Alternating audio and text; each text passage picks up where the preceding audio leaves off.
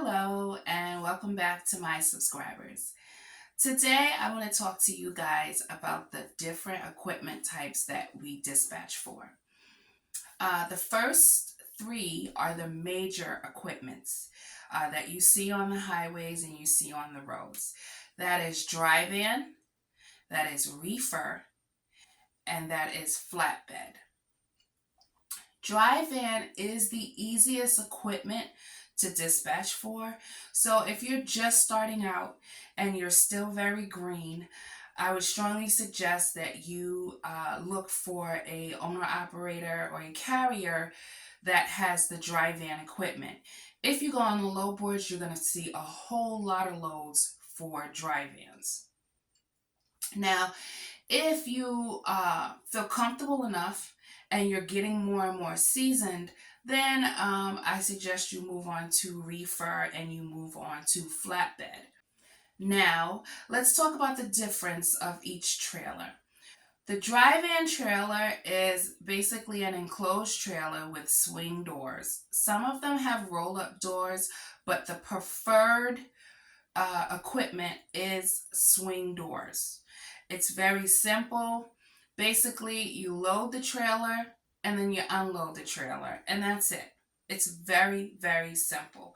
Hence, why so many people are choosing to have dry vans instead of the two other equipments I didn't get to yet. And also, as a dispatcher, it's very competitive when you are trying to dispatch for a dry van because there's just so many of them out on the road, and it's just so easy to find loads for dry vans. So the next equipment I want to talk to you about is reefer. So a reefer trailer is pretty much like a dry van. It is enclosed. However, it is temperature controlled. So that would be the trailer that would basically transport ice cream, transport meats, transport juices, transport fruits. That's what a reefer trailer is. It is temperature controlled. And you need to know a little bit about the refrigeration on a reefer trailer when you start dispatching for your carrier. The third trailer I want to talk to you about is flatbed. Now, you've probably seen flatbed trailers on the highway. It's not enclosed. There's no sides on the back of this trailer at all. The only thing that is keeping the cargo on the trailer is straps. And then there's other support that helps keep the load on the trailer, such as racks, such as coil racks. So with reefer and flatbed, you do definitely need to know some kind of terminology, and you need to know specifics when it comes to dispatching a load, as opposed to dry van, which is very simple. You go to the shipper, they load the trailer. You go to the receiver, they unload the trailer. It's pretty simple. Now, there are some specialty equipment that you can dispatch for. The specialty equipment that I'm just going to talk about very briefly is hot shots, straight box, and also cargo vans. Now, hot shots are a lot like flatbed, except for it's a smaller capacity.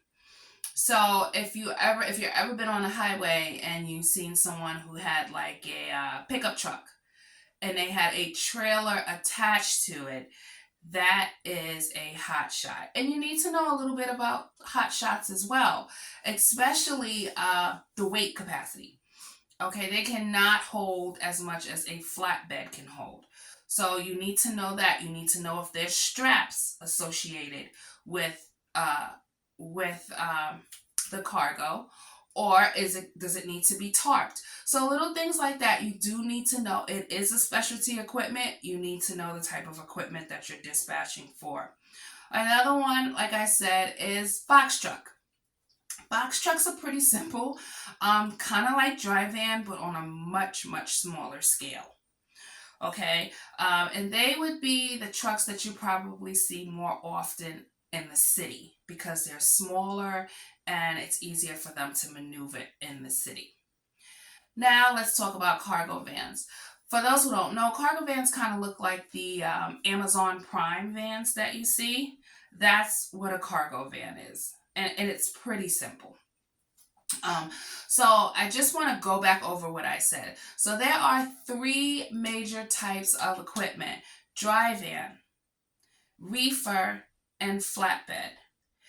They're easy to find loads for, but the easiest one is the dry van, which I would suggest if you are a new dispatcher.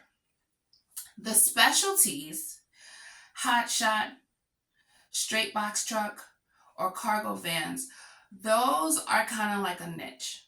So you're not going to see as many loads for those three equipments because they are specialty equipments, and it may be a little challenging trying to find loads for your drivers. So I tried hotshot, guys, and I'm actually going to tell you a story about when I dispatched for a hot shot. I am no longer dispatching for hot shots. I do not dispatch for box trucks, and I do not dispatch for cargo vans. I prefer to dispatch for the major three equipments. However, I'm not telling you not to do that. That's just my preference. So let me tell you the story. So I had a driver who went to pick up a load, and it was after hours. I spoke with the broker.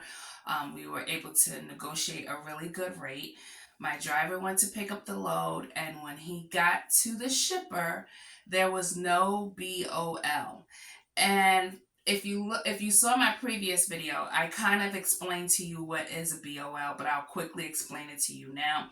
So a BOL is basically documentation that has the inventory that you are going to load on your equipment, whether it's flatbed or van or reefer or any of those. You need to have this paperwork.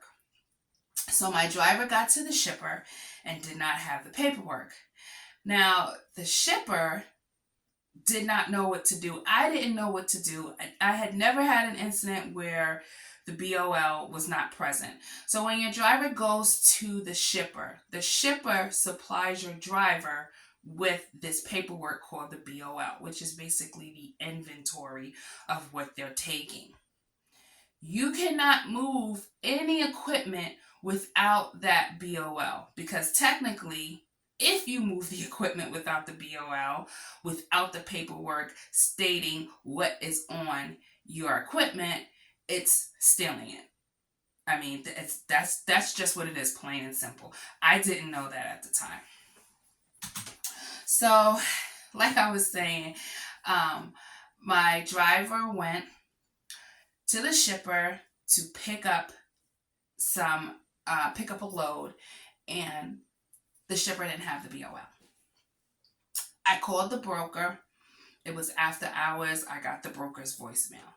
So my driver is asking me, what should I do? The shipper is asking me, what should I do? It's not our responsibility as dispatchers to make sure that the shipper has the proper paperwork.